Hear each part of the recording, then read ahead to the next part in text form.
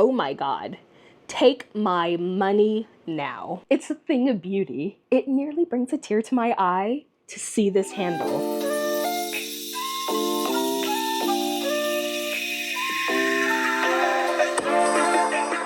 Hi lovelies, welcome to Flirting with Travel. I am Lexi and I am so excited about today's review. I have been eyeballing this bag for a good amount of time, and so I am so delighted that I got to investigate it, actually use it, and now I get to share it with you today. I would like to introduce you to the Level 8 Voyageur 20-inch Carry-On.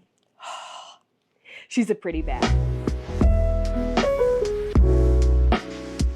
The Level 8 Voyageur is made of a Macrolon polycarbonate hard shell. Almost any hard side suitcase that you get is going to be made of a polycarbonate. However, what differentiates the Level 8 is that it is made of 3 layers. So you have your external protective layer, then you have a middle reinforcement layer, and finally you have an internal buffer layer. So you have something that's incredibly durable. If you have to check this bag, the bag isn't going to be cracked, it isn't going to be crushed. However, despite how durable it is, it's still a relatively lightweight bag. Very relative. This suitcase empty comes in at 8.1 pounds. Do I necessarily have a concern with that if I'm flying domestically? No. Even if I'm flying internationally on US carriers, still not a problem. If I am flying to, say, Europe, because if you are flying on non-US carriers, there is typically a very limited weight allowance for your carry-ons. What this means is that the standard sizes that you're going to see, some airlines only allow up to 15 pounds for your carry-on, others do about 17.6,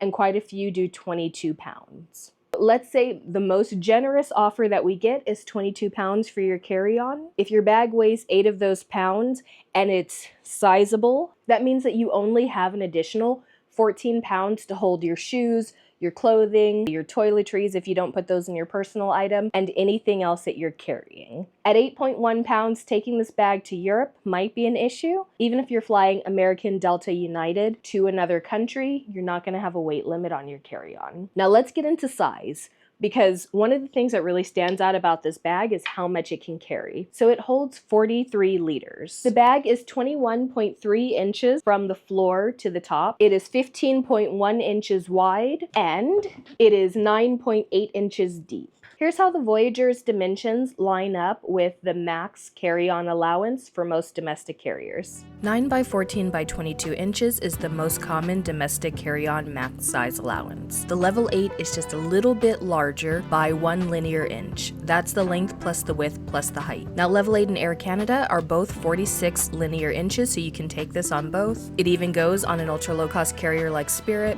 as well as Southwest and Frontier, with plenty of space to spare. One other thing is that the bag has a very fine, almost honeycomb-like texture, and that is a micro diamond finish. What's really special about that finish is that it helps the bag be more abrasion resistant. So you're not going to have to worry about scuffs and scrapes after you've carried this bag on and had to throw it in the overhead bin. I buy pretty luggage because I want my luggage to look pretty. And because of the micro diamond finish, this bag is still going to look like this after carrying it many times. Which perfectly leads us into talking about the exterior of the Voyageur. I personally love a bag that looks a little unique and not like every other bag you're going to see. So the Voyageur comes in 5 colors. You've got your standard black, a navy, and an olive green, and then you have 2 limited edition colors. This is the yellow and black, and then they have another that I believe is pronounced Celadon.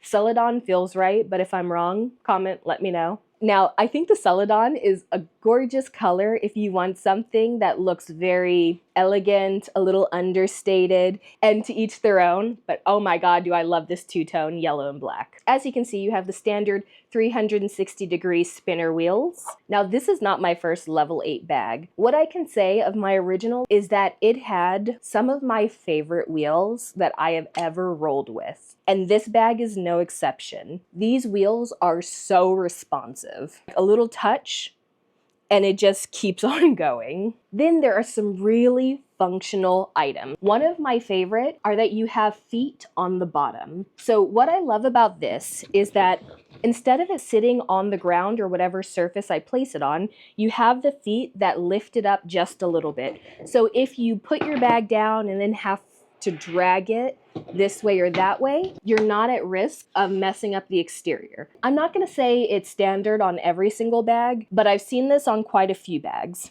What I have not seen on quite a few bags are the feet on the bottom. It would be hard for me to state how much I love this. If I'm having to place my bag down and drag it, I don't want to drag, again, the finish of the suitcase. But instead, it has these very subtle, barely there feet that give you just enough lift that you're not at risk of scratching the back of your bag, but they don't add to a lot of extra width on it.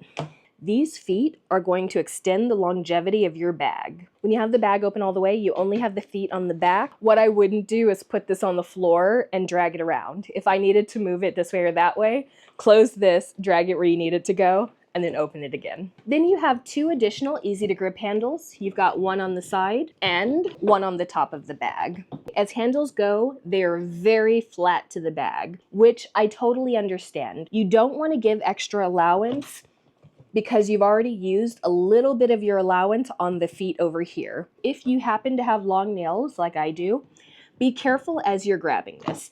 I wouldn't just rip into it. I would be so worried that I'd catch my nails. One thing that is really interesting about these handles, despite their nearly flush design, is that they have a slight bevel underneath. So as your hand reaches in, it's like it ergonomically kind of curves around instead of having something that's a little bit more square or a little bit more rectangular that you'd have to kind of muscle your way through. On the top of the bag, you have a TSA approved lock. Any new bags designed should have a TSA lock. Can you go out and buy a lock and put it on your bag? Yes. I cannot state vehemently enough that a bag should just come with this. When you're traveling, you cannot always guarantee where your bag is going to be. But if you get to your hotel early, want to drop your bag off and then go explore, you should be able to lock your bag. Do I think someone's really in there trying to tamper with my luggage? 98% of the time, no. But do I like a little bit of peace of mind that they're gonna have to work a bit harder to get into my bag? Yeah, I love that feeling. I will never not talk about some form of theft protection. Have I ever been robbed, mugged, or pickpocketed while I traveled? No. Some of that might be luck. Some of that might be because crime isn't as prevalent as I've made it up in my head. Some of it might be because I've made myself a difficult enough target that there's usually someone a little bit easier to rob. And that's something I love about a bag like this. There's only one way in and out of this bag, and you have a built-in lock. It's not about being theft-proof from master criminals. It's about deterring 90% of criminals because there's someone that's a little bit easier to rob. And that's not the feature that really drew me to this bag. You've already seen it. Let's see if you can guess what it is.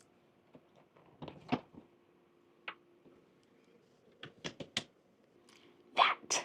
I have been wanting to carry a wide handle suitcase for so long. One of my beefs with traditional suitcases that have a handle that comes up in the middle of the bag is that when you're packing from the inside, you have two pieces of metal that go through the middle of your bag. So when you're placing items in, you have to place a few things on the left side and then place a few things on the right side. Then you finally have a flat surface. But with a wide angle handle, this entire space is uninterrupted packing space. It's a thing of beauty. It nearly brings a tear to my eye to see this handle.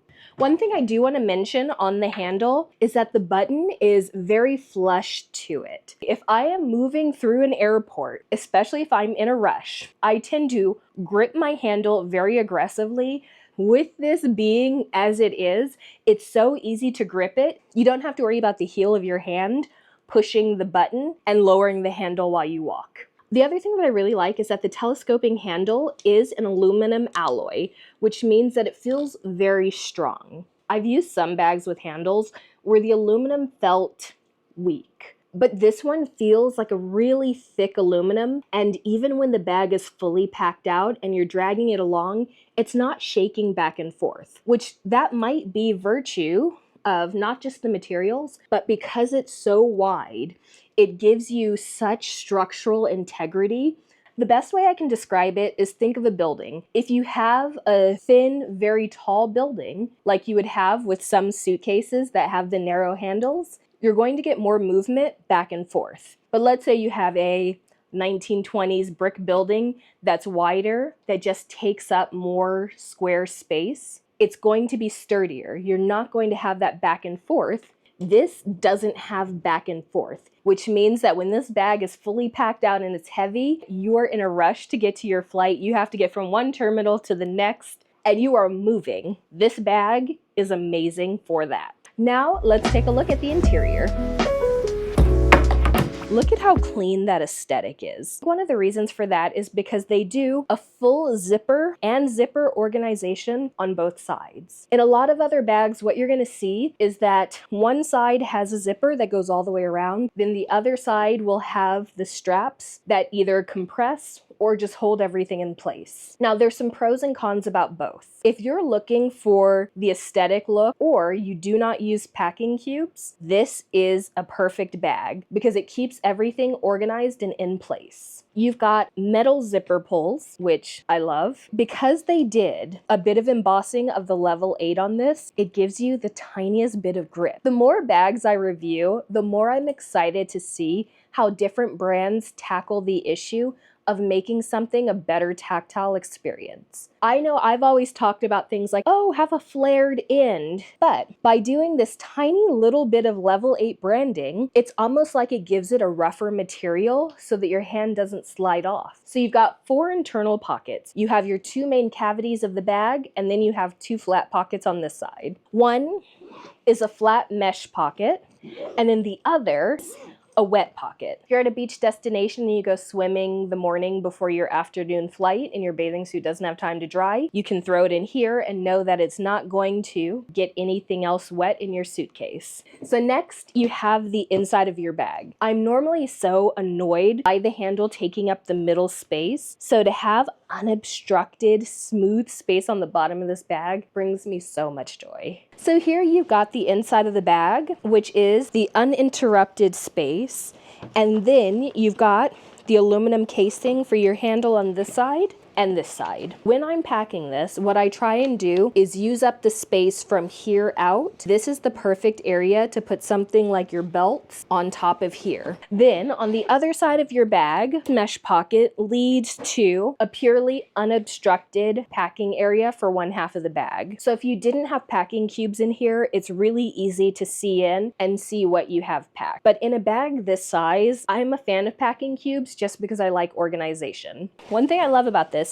is that you can buy Level 8 packing cubes that are perfectly sized to fit into this bag. You've got your large, your medium, and 2 small packing cubes. And what's even better about them is that they have interchangeable tags to show you what is in the bag: clothing, toiletries, shoes, cords and tech, makeup, dirty clothes, miscellaneous. Then you've got a packing cube that both has a handle, which is uber convenient, and internal organization. It also has moderate padding all the way around. What I love about this is that it's perfect to hold something like my Sony ZV-1 and my Rode microphone, keeping everything safe and secure.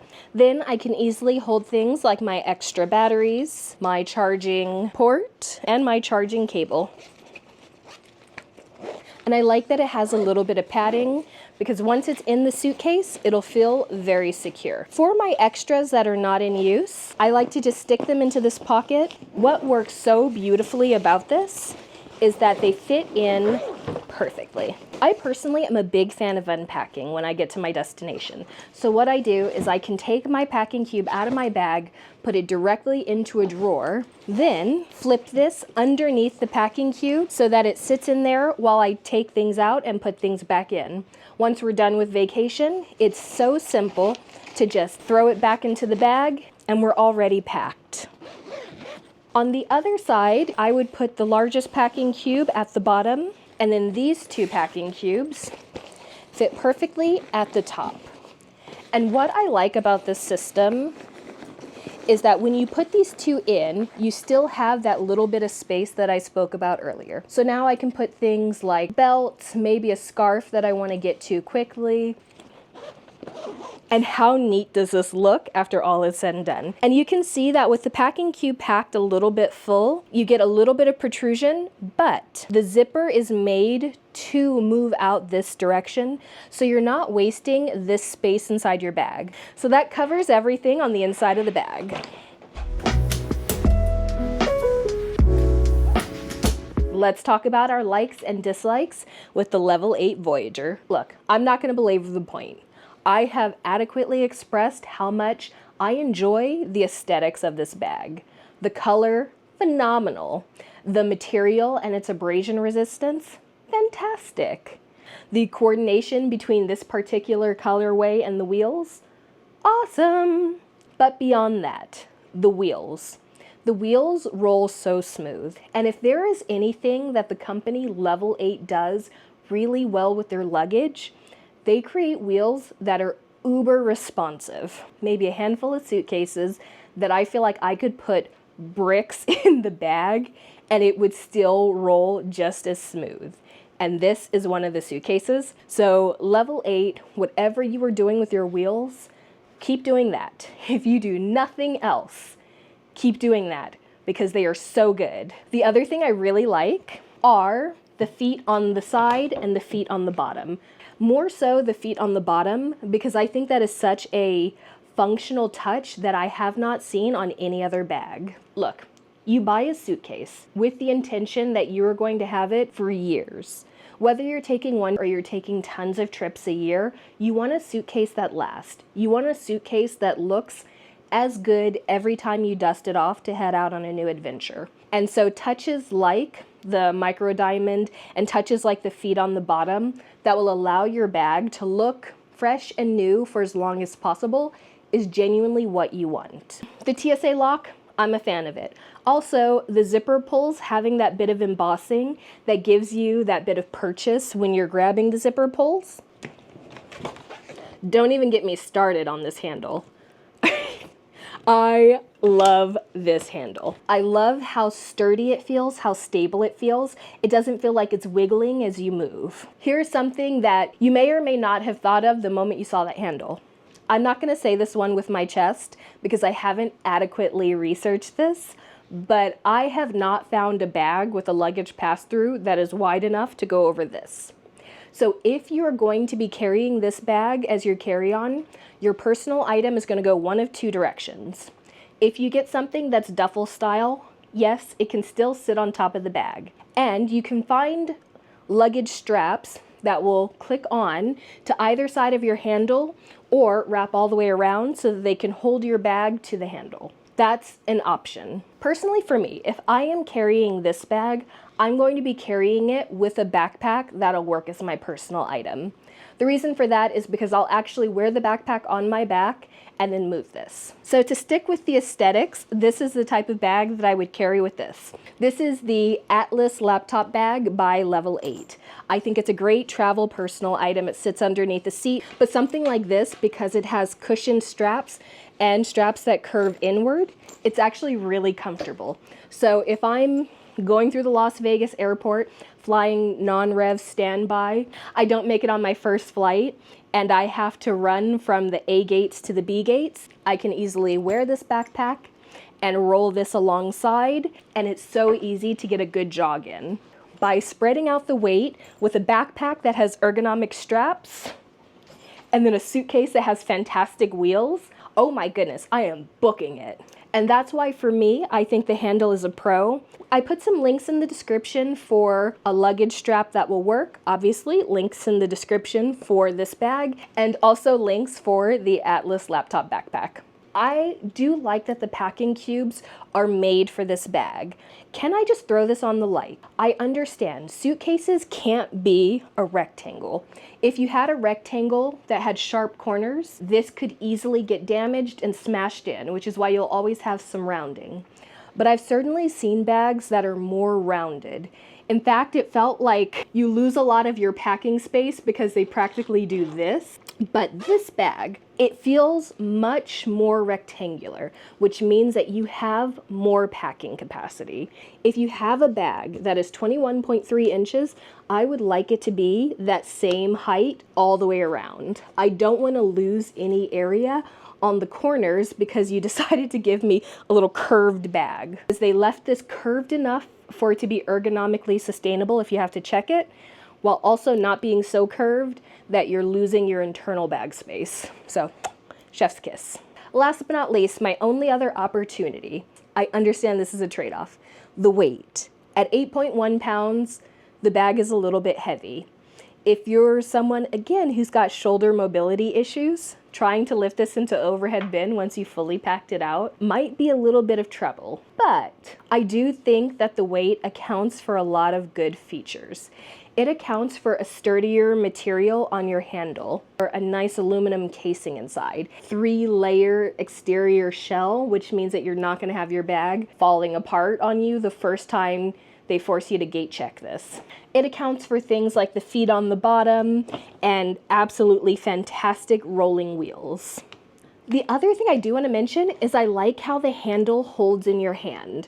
We talked about how this doesn't protrude, it's flush, and the shaping of it is so nice. So this sits in my hand very nicely.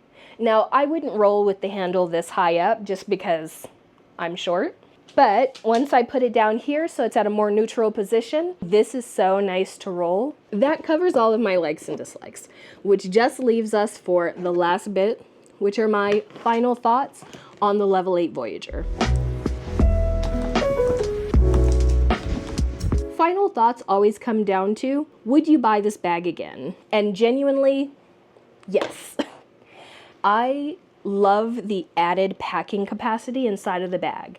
I love that it becomes less of a game of Tetris to pack because you have uninterrupted space.